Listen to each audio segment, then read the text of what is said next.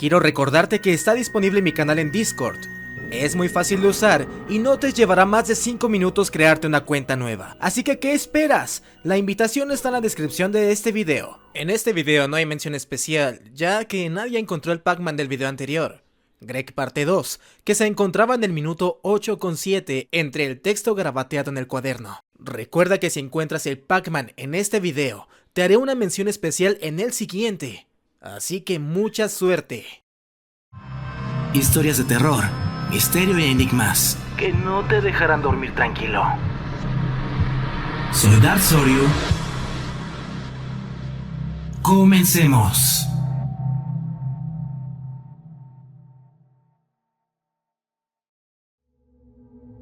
No cabe duda que uno de los sitios más diversos y polémicos que existen en internet es 4chan. Y en él hemos sido testigos e incluso partícipes de diversas historias que la han marcado para siempre.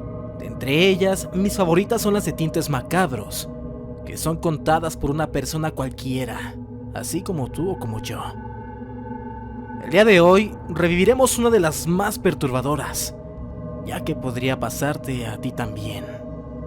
Fue escrita en el año 2010, y déjame decirte desde ahora mismo que la historia para nada es corta, y ello es de admirarse, viniendo de un simple post de este foro. Hasta la fecha no se sabe nada de la persona que lo publicó, pero no diré más. Escucha por ti mismo el por qué resulta tan misteriosa su desaparición, y saca tus propias conclusiones.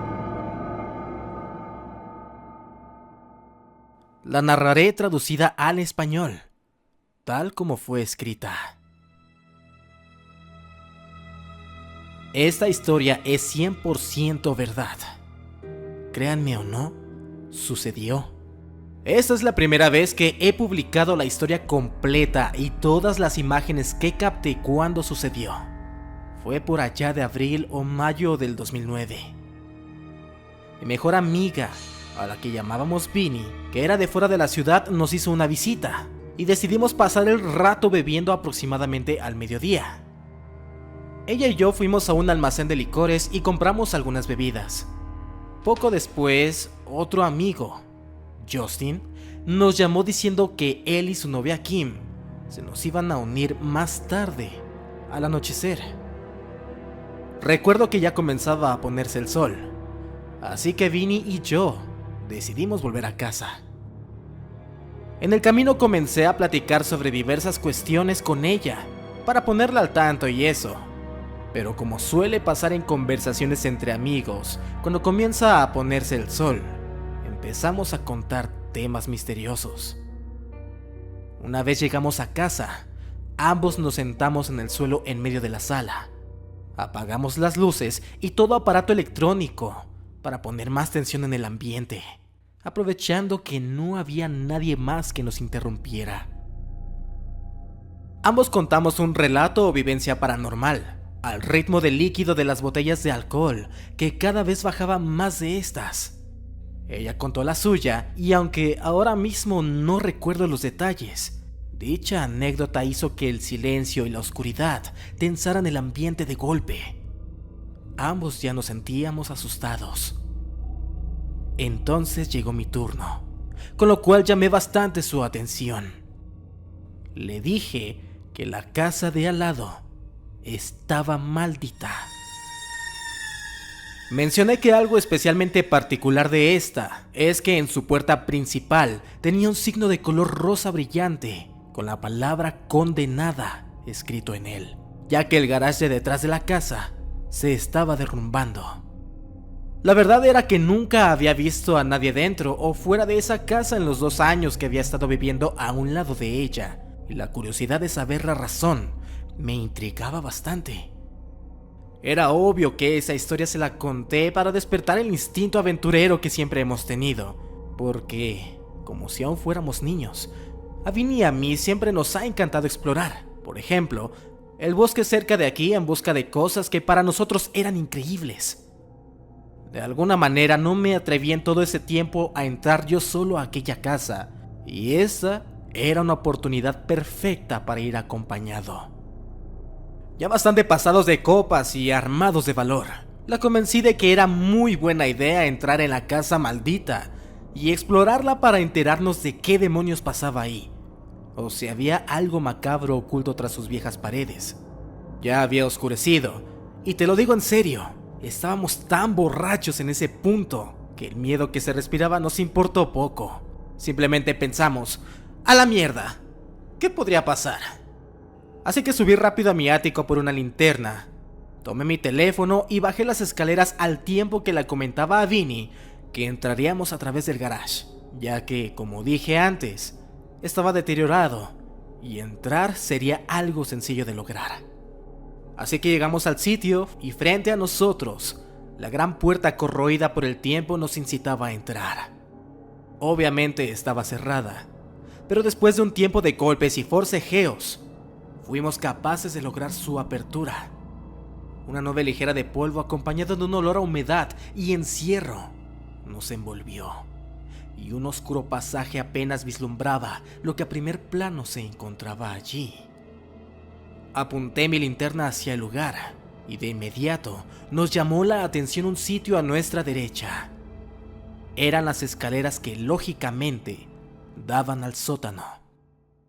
Sabíamos de antemano que de todo lo interesante de esa casa, lo mejor podría estar ahí, así que decidimos que ese lugar sería nuestro primer campo de exploración. Bajamos sigilosamente, escalón por escalón. El tenue sonido de un goteo de agua ponía más tensión al momento. Déjame decirte que de verdad nos quedamos impresionados por la cantidad de cosas allí abajo. Había bastantes herramientas, algunas en buen estado y otras más ya oxidadas por el paso de los años. También suministros y repuestos de diversos aparatos que nunca había visto y desconocía por completo. En la parte posterior del sótano, en su propia habitación, había una vía de tren enorme, con su ferrocarril a escala y todo. Fue en cierta forma espeluznante, ya que todo aquello daba la impresión de haber sido abandonado.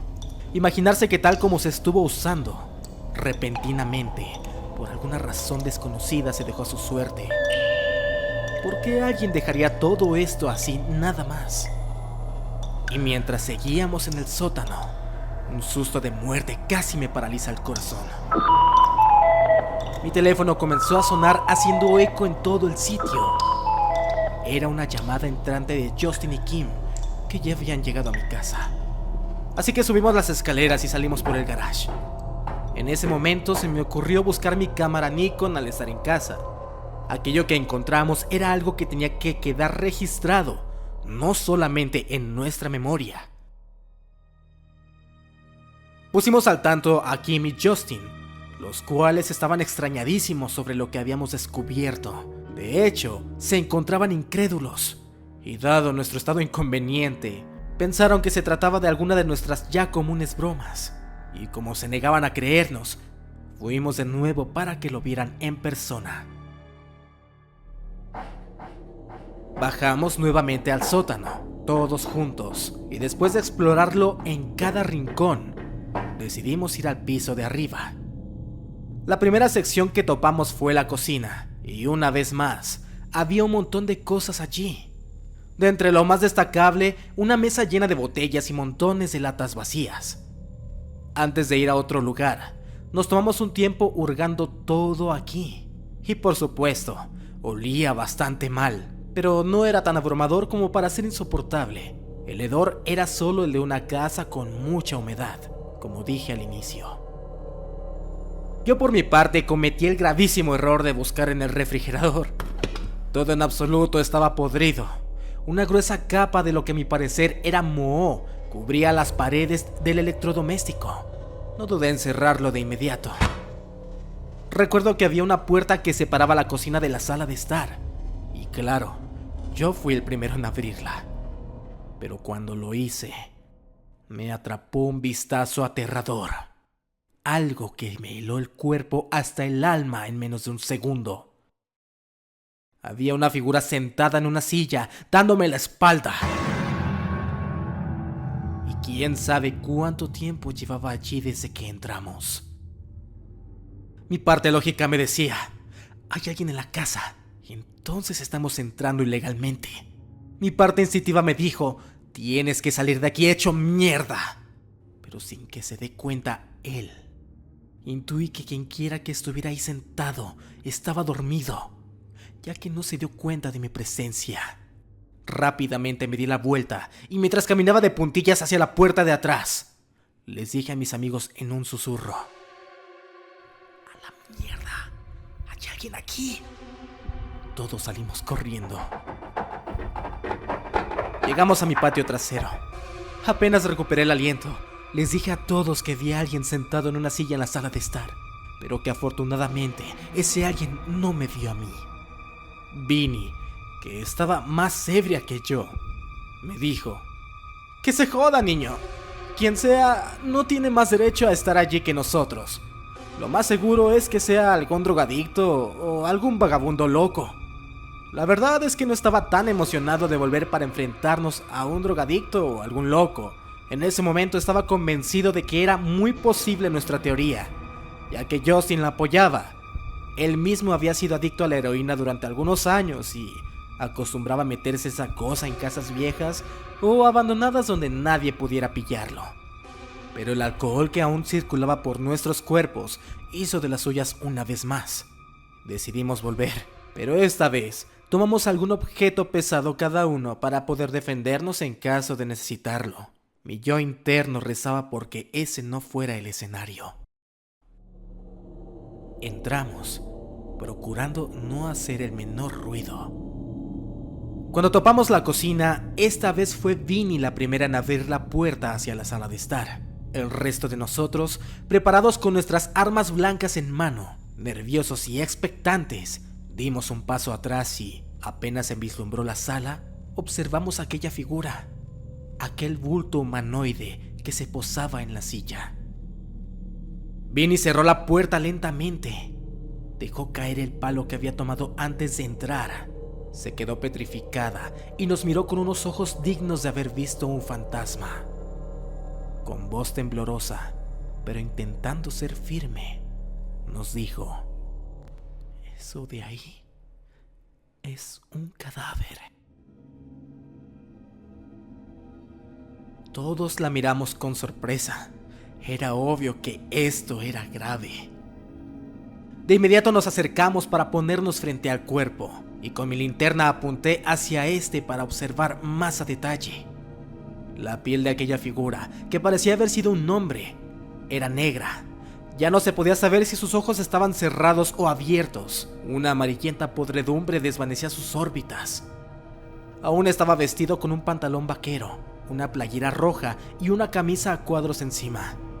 Su cabeza se recargaba contra la silla como si se hubiese quedado dormido para nunca jamás despertar. Sus ropas estaban llenas de moho y por su avanzado estado de putrefacción se podía intuir que estaba más duro que una roca. Helo allí, sentado en aquel sillón, mirando hacia el frente de la abandonada casa. Era evidente que llevaba ahí mucho tiempo. El olor cerca del cuerpo era casi insoportable. Tuvimos que cubrirnos la boca y nariz con nuestras camisas como si fuesen respiradores. De hecho, como dato curioso del momento, esto hizo que Vinny volviera a estar sobria muy rápido. Hubo un silencio total entre nuestro grupo de 4, mientras observábamos el cuerpo atónitos.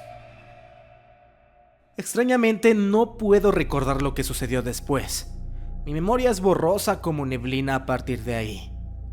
El efecto de ver un cadáver es, ¿cómo decirlo?, un tipo de experiencia surrealista. Decidimos irnos, no sin antes explorar el resto de la casa, ya sea para hallar alguna pista que nos dijera más sobre quién demonios fue la persona que ahora yacía muerta en ese lugar.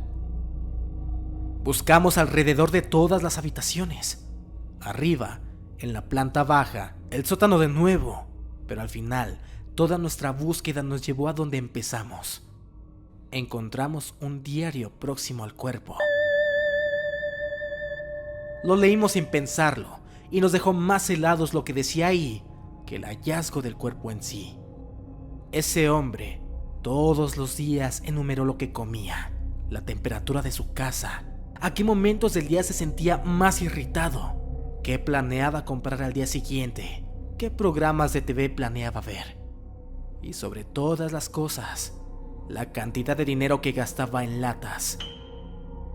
Esas mismas latas vacías que encontramos en la cocina y que hasta ese momento nos dimos cuenta, también se hallaban alrededor del cuerpo, esparcidas por todo el suelo. No recuerdo de qué eran las latas, pero eran cientos. Mi ojo de buen cubero me proponía que quizá era alguna bebida embriagante. Nos quedó bastante claro que el hombre vivía solo y pasaba sus días así, de esa forma tan lamentable. Tomé algunas fotos de la casa y del cuerpo y, aunque en el momento Vinny fue muy opuesta a hacer esto, nos dejó hacerlo más tarde. Salimos de la casa. Kim decidió irse algo harta y asustada por todo lo que había pasado. El resto terminamos yendo a un bar que está a la otra calle por el resto de esa noche. Sentados en la parte trasera, terminamos de hablar en voz baja acerca de lo que había sucedido. Después de un rato salimos del bar, bebiendo de nuevo en el camino. Vinny, nuevamente ebria, propuso visitar la casa una vez más. Aquello ya era más una adicción que morbo. ¡Vamos, chicos! ¿No les parece un desperdicio perder el tiempo bebiendo aquí? Cuando podríamos estar, no sé, explorando la casa. Presiento que aún hay cosas interesantes que descubrir. Al menos para mí, no había razón para oponerse. Vinny conocía mi sentido aventurero y Justin simplemente se dejó llevar por el momento. Ya de vuelta en el sitio, tomé algunas fotos más, pero poco después, Vinny y Justin decidieron marcharse, exhaustos y ya con algo de resaca. Entonces volví a casa, y verás, tengo unos compañeros de escuela con los que la compartía, y estos ya se encontraban allí. No pensé más y les conté todo lo que pasó esa noche. Incluso les invité a verlo por ellos mismos. Una de las chicas estaba tan perturbada que se negaba a venir hasta que el cuerpo hubiera desaparecido. Me dijo repetidas veces que si yo no llamaba a la policía para que hiciera algo al respecto, ella lo haría. No soportaba el hecho de estar tan cerca de un cadáver, aun si estuviera fuera de su vista o alcance. No caí en cuenta en qué momento terminé de narrarles la historia, ni cuándo me quedé dormido. A la mañana siguiente, con una tremenda resaca, me levanté del sofá de la sala principal. Ya con los pies en la tierra y razonando a detalle, recordé lo de anoche. Decidí llamar a la policía. Pero antes llamé a mis amigos para que estuvieran enterados. Aunque ellos me detuvieron, querían ser testigos del hecho, si es que algo pasaba de ahí en adelante. Entonces esperé un poco más y llamé a una línea anónima cuando todos llegaron. Cuando lo hice, no se me ocurrió decir gran cosa. Solo dije que había encontrado un cadáver. El operador parecía algo incrédulo y me dijo que aguardara en la línea. Varias veces me insistió en que no colgase. Me quedé esperando, y pocos minutos después nos transfirieron la llamada con un detective para nuestra ciudad. Le expliqué lo que pasó y le di la dirección donde se encontraba el cuerpo. Me preguntó mi nombre, pero yo le dije que tenía que estar jodidamente loco si pensaba que lo haría. Justo después de colgar, todos nos fuimos al Porsche de Justin, que estaba en mi acera para esperar a la policía. No pasó ni siquiera un minuto después de colgar el teléfono, cuando un coche de la policía dobló la esquina con sus sirenas encendidas. Se estacionó frente a la casa abandonada, y entonces 2 oficiales bajaron de él. Se acercaron hacia nosotros y nos preguntaron si no habíamos visto a nadie fuera de la casa últimamente. Les respondí que no vi a nadie cerca en los últimos 2 años que había estado viviendo ahí. El oficial asintió con la cabeza, agradeció mi cooperación y regresó junto con el otro a observar la fachada de la casa. Un rato después, cuando descubrieron que el garaje estaba abierto, entraron. Pasaron aproximadamente 15 minutos dentro de la casa, hasta que uno de ellos salió e hizo una llamada a través de su radio. Difícilmente logramos escuchar qué dijo. Una camioneta blanca apareció poco después. Eventualmente, algunas niñas que vivían al otro lado de la calle se acercaron para preguntar qué estaba pasando. La policía dijo que no podían dar informes al respecto, pero cualquiera podría deducir a kilómetros que se encontraban en shock. Sus caras pálidas los delataban. Eso nos causó bastante curiosidad, ya que ni nosotros actuamos tan nerviosos el día que nos encontramos con aquello por primera vez. Pasaron más minutos que parecían horas, y otro par de camionetas blancas llegaron junto con otras 2 patrullas, de las cuales destacaba una del resto, ya que era más grande y tenía los vidrios atenuados. Parece que esto ya era asunto de las ligas mayores. Como esperábamos, unas personas vestidas de blanco que habían llegado en las camionetas sacaron de la casa un cuerpo cubierto con una sábana azul usando una camilla. Lo que no esperábamos fue lo que íbamos a presenciar después de eso. Esas mismas personas, junto con las que llegaron en las otras camionetas, entraron de nuevo a la casa, para después salir con más camillas cubiertas con sábanas blancas. Volteé a ver a Vinny, en especial del resto. Estaba pálida como una vela y ninguno de nosotros podía dar crédito de lo que estábamos pensando y asumiendo. Había más de un cadáver en aquella casa y no nos dimos cuenta la primera vez que entramos. Ya no queríamos saber lo que ahí pudo haber sucedido. Nuestra imaginación no daba para tal cosa que seguro era aberrante. Lo que pensamos que había sido una muerte solitaria de un viejo desdichado, quizá era más macabro y oscuro que eso. Uno de los oficiales salió con un rifle en mano, a lo que Justin exclamó: «¡Ese rifle lo vi en la sala de estar! Estaba recargado cerca del cuerpo». Obviamente no lo tomó por respeto a aquel lugar. Después de todo, recuerdo que una de las cosas que hablamos en el bar esa noche fue que pudimos haber saqueado la vivienda. Sabíamos que algunas cosas valían mucho dinero, pero no estábamos a punto de ser el tipo de personas que saquean la casa de un hombre muerto. En total, contamos 4 cuerpos sacados de la casa, tomando en cuenta al del hombre que todos vimos la noche anterior.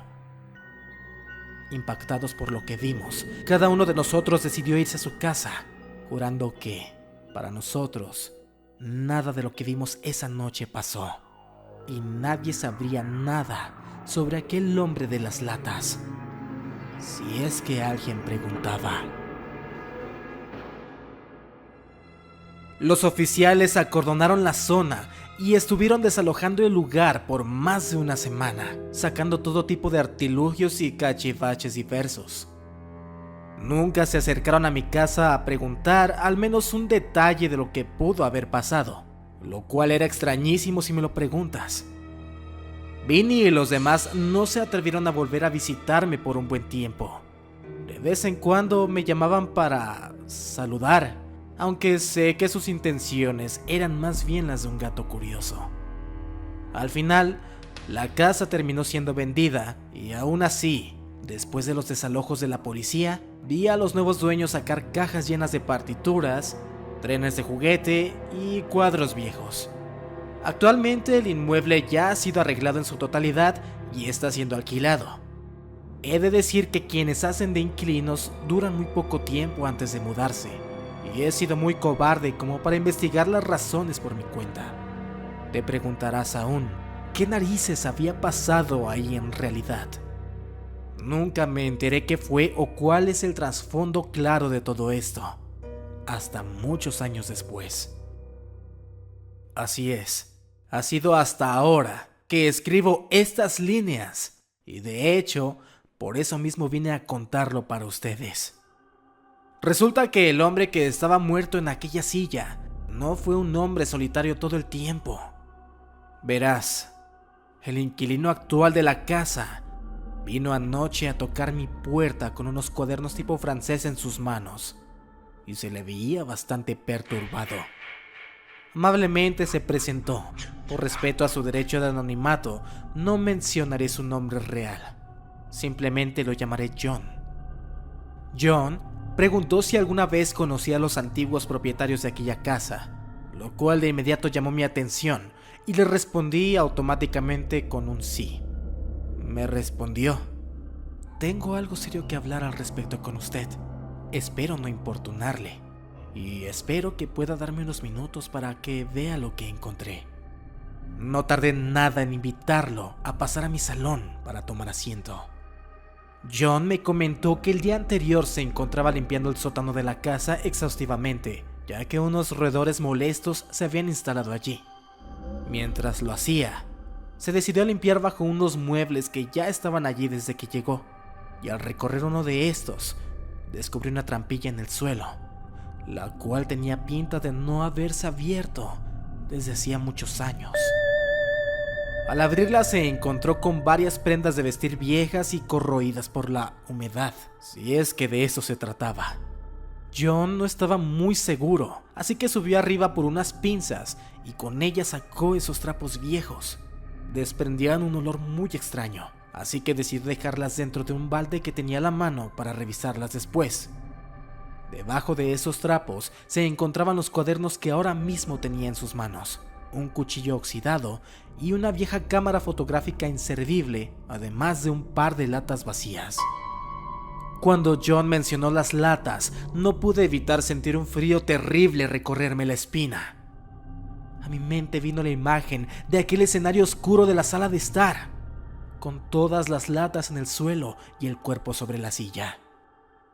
Entonces, John abrió uno de los 3 cuadernos y me pidió que observara lo que había en sus páginas.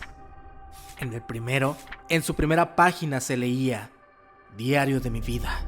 En sus hojas había bastantes fotografías viejas, y en varias de ellas aparecía el que quizá en vida fue el hombre que encontramos muerto, pero había más personas en las demás fotografías, solas o junto a él. John me observaba perplejo mientras hojeaba aquel cuaderno. Yo sudaba en frío entre más observaba las fotografías. Por mi parte, te hablaré sobre la que más me parecieron relevantes. En una de ellas apareció un hombre de unos 30 años, parado al lado de la casa con el rifle en mano y un pato muerto en otra. Intuí de inmediato que pertenecía al club de caza de la región. Vinny y yo siempre les gastábamos bromas en el bosque cuando éramos niños. Estoy seguro que este es el hombre misterioso que encontramos esa noche, cuando aún vivía. Otra fotografía mostraba al hombre, una mujer aproximadamente de su misma edad y una niña de unos 8 años, sentados en un sillón grande frente a un televisor. Estaban riendo. No estaba seguro si eran familiares del hombre, por ahora. Lo particular de esta foto es que la mujer tenía escrito con bolígrafo color rojo un número 2 encima de ella. En otra estaba lo que parecía ser la misma niña de la foto anterior, pero ya con unos 13 años de edad. Tenía un gran vestido en forma de campana que llegaba hasta el suelo, una especie de varita mágica en una mano y en la otra sostenía una bolsa llena de dulces.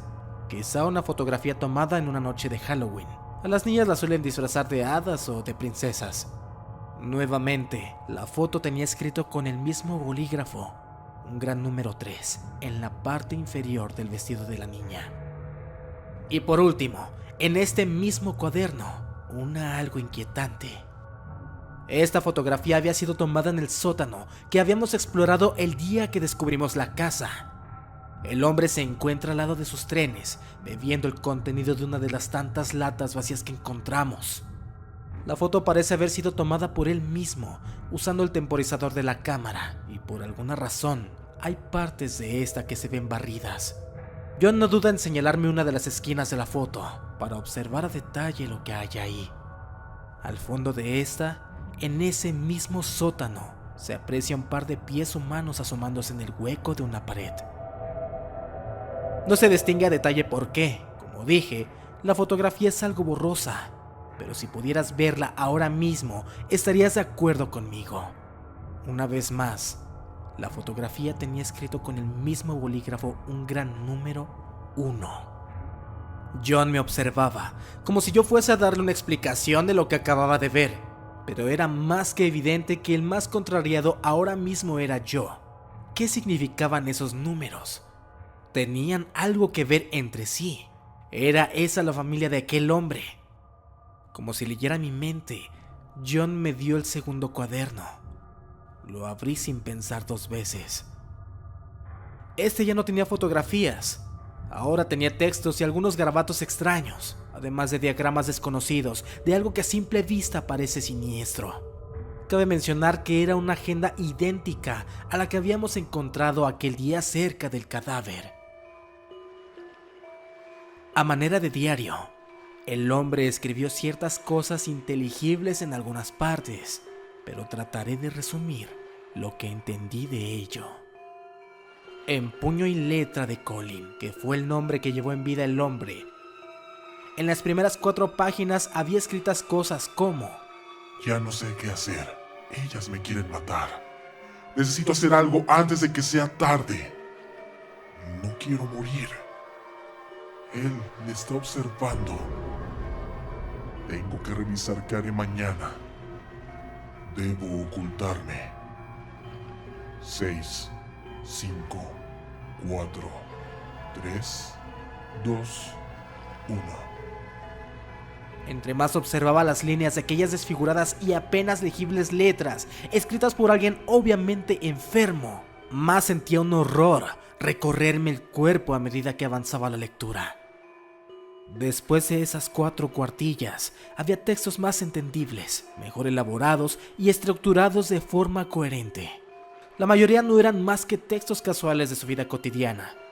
Cosas como: lunes 8 p.m. Pasar a la lavandería por el lote de ropa que dejé anoche. Lo que en realidad llamó mi atención fueron las siguientes líneas. El doctor me dijo anoche que no quedaba mucho tiempo. Era urgente una intervención. Cita médica con el neurólogo. 9:30 a.m. Esto confirmaba mi sospecha. Ese hombre padecía alguna enfermedad mental. Le hice el comentario a John y él asintió. Parece que él ya había deducido todo antes de que yo lo hiciera, pero por alguna razón me dejaba a mí descubrirlo por propia cuenta. Me entregó el tercer cuaderno, el cual ya no tenía ningún titular. Lo abrí y de entre sus páginas había una especie de tomografías de una cabeza humana. No podían ser de nadie más que del señor Colin. Una de ellas tenía un número 4, tallado con el mismo bolígrafo que antes, solo que de manera más violenta y brusca. Puse las tomografías en la mesa que tenía frente a la sala y hojeé el cuaderno. Mis ojos no daban crédito. De nuevo había escrituras, solo que esta ocasión era un relato sobre algo que pasó. Además de que el cuaderno estaba manchado de sangre. Pero eso no era lo horrible de la situación. Lo que me dejó aterrado fue que al pie de la página había una fotografía. Y en ella se apreciaba un entorno oscuro. Una puerta abierta con una luz tenue. Y 2 figuras medianas entrando a través de ella. Éramos Vinny y yo. Aquella noche que entramos a través del garage, justo cuando encendí la linterna. Y como acto desesperado para negármelo a mí mismo, no quería descifrar lo que esa foto tenía tallado con bolígrafo rojo en la parte inferior. Pero no pude evitar ver ese gran número. 5. John de inmediato me preguntó qué pasaba. Seguramente me vio más pálido que la nieve. Mi boca no podía hablar, mi mente estaba maquinando la idea general de lo que estaba pasando y lo que todo esto significaba. Si estoy en lo correcto. Oh chicos, aún tiemblo al escribir esto, pero tengo que hacerlo. Estoy convencido que tendrá algún valor tarde o temprano. Le comenté a John que me permitiera un minuto mientras terminaba de leer el escrito que estaba en ese par de únicas páginas escritas en el cuaderno. Página 1. Ha tomado el control. Necesito matarlo antes de que haga daño a alguien más. No pueden vivir para siempre bajo este infierno, y mucho menos encubriendo algo que quizá en verdad yo sí que hice. Sé que es la manera más fácil, pero soy demasiado cobarde como para pegarme un tiro. Así que lo haré por el camino lento, pero más digerible para mí. Le pregunté al vecino qué sería más conveniente para acabar lentamente con la vida de mis trofeos de caza y quedasen mejor conservados. Me recomendó alcohol isopropílico, así que iré a la ciudad por una buena cantidad. No creo que esté tan mal o sea muy distinto a beber un buen vodka. Esta tarde hablé con Maggie. Le dije lo mucho que la amaba, y si correspondía a ese amor la hice prometerme que, en caso de volverme loco de nuevo, tomara el rifle y me pegara un tiro sin rechistar, escondiera mi cuerpo en el sótano junto con la otra mujer y huyera lo más lejos posible. Debe llevar a Carol a algún lugar lejano. Nadie más me buscaría. Ellas son mi única familia. Si eres la policía y encontraste esto, quiero decirte que yo nunca fui un asesino. Yo soy inocente. El verdadero asesino está dentro de mi cabeza. Página 2. Todo fue culpa de esa mujer entrometida. No debió entrar a una casa ajena. ¿Qué se cree husmeando como si nada en mi propiedad? Menos mal que he amanecido en buen humor para rebanar como jamón esa perra de mierda. Pero ahora mi cuchillo favorito está arruinado. Número 1. Maggie y Carol se dieron cuenta. Irán a acusarme, yo lo sé. Las he oído. Las escucho todo el tiempo. Se ríen. Saben que quedará encerrado por siempre, hija de perra. Ya verán. Ellas me quieren matar, pero yo las mataré primero. Ya no se burlarán más de mí nunca más. Hoy morirán. Número 2 y número 3. Necesito más latas para morir, más latas para vivir, latas para morir, latas para vivir, latas para morir, latas para vivir, latas para morir, más latas para morir, más latas para vivir, más latas. 4. Ese chico me observa y voy a ocultarme antes de que se dé cuenta. No debe bajar más al sótano. Se dará cuenta. No debe venir más al sótano. Se dará cuenta. Debe morir. Debe morir. Debe morir. Número 5. Me dejé caer sobre el sofá. Dejé la foto sobre la mesa frente a este. Las manos me temblaban. No podía hablar. John fue a mi cocina por un vaso con agua y trató de serenarme.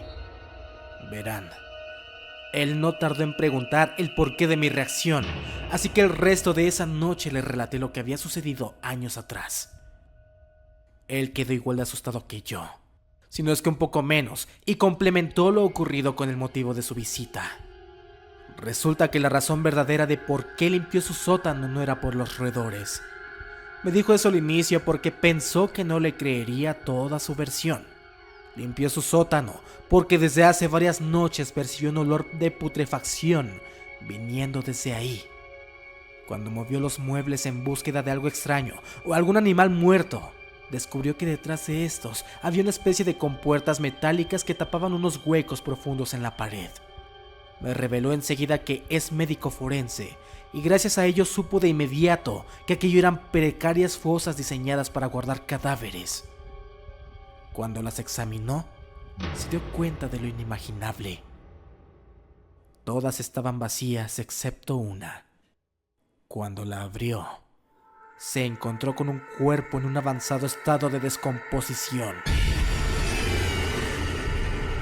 Era como un déjà vu, pero de esos espantosos que no quieres experimentar. John me dijo que no había dado parte aún a ninguna autoridad, ya que enseguida de ello encontró la trampilla en el suelo con todas las notas, los trapos, el cuchillo y las fotografías. Dijo que no tardó en darse cuenta que en la fotografía aparecía yo, y es por ese motivo que vino a mi casa para averiguar si yo sabía de algo. Y vaya que no estaba equivocado. Sé en el fondo que John sospechaba de mí, y obviamente él no quiere verse involucrado en esto. Para empezar, creo que esa es la razón principal por la que me dejó deducir todo por mi cuenta, para ver hasta qué punto reaccionaba yo de alguna manera extraña y verme sospechoso ante él. Se disculpó por tomar parte de mi tiempo, me pidió que me calmara y durmiera lo suficiente esa noche, pero antes de marcharse me pidió un favor. Mañana en la noche daré parte a la policía sobre esto, Pero antes, me gustaría que le echaras un vistazo al cadáver. Quizás sea algún conocido de la región y puedas ayudar a identificarlo, sobre todo porque aún posee sus ropas. No dudé, así que accedí a su petición.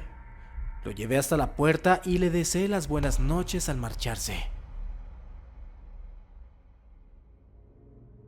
Y así es que ahora estoy aquí escribiendo esto para ustedes. No he dormido desde anoche que vino ese sujeto y decidí escribir todo lo que ha ocurrido hasta ahora mismo. Los primeros hechos ocurrieron en 2009, pero decido compartirla con todo el mundo, aunque sea demasiado tarde. No estoy tratando de hacer chistes o actuar como si esto fuese una historia divertida. Es más, hagan chistes si lo desean. Pero ese hombre, el hombre de las latas, se quedó solo. Cometió una atrocidad y obviamente tenía problemas. Mañana iré a ver el cadáver. Quizá le tome fotografías, pero algo que no puedo explicar me hace tener un mal presagio. Mañana volveré a escribir el desenlace de esta historia. Deséenme suerte y sobre todo hagan constar que mi anécdota es verdadera con las imágenes que dejo adjuntas. Son algunas fotos que tomé en aquel año 2009. Hasta pronto, forchaneros. Estén pendientes, que les traeré cosas interesantes mañana. Pero después de ello, el chico no volvió a escribir jamás lo que ocurrió después. Miles de teorías rondaron su caso y la más famosa de entre todas ellas dice que cuando el chico escribió todos estos sucesos, en realidad ya estaba muerto. Es decir, el cadáver que estaba dentro del sótano era de él mismo. Colin cumplió su objetivo. Acabó con su quinta víctima, en un acto desesperado por ocultar su secreto que de todas maneras fue descubierto. Una historia que sin duda merece estar impresa para siempre en los rincones más oscuros de internet. John, o cualquiera que sea tu nombre real, si estás leyendo esto, por favor cuéntanos qué sucedió después. Porque quizá esa noche hablaste con un alma en pena. Un fantasma.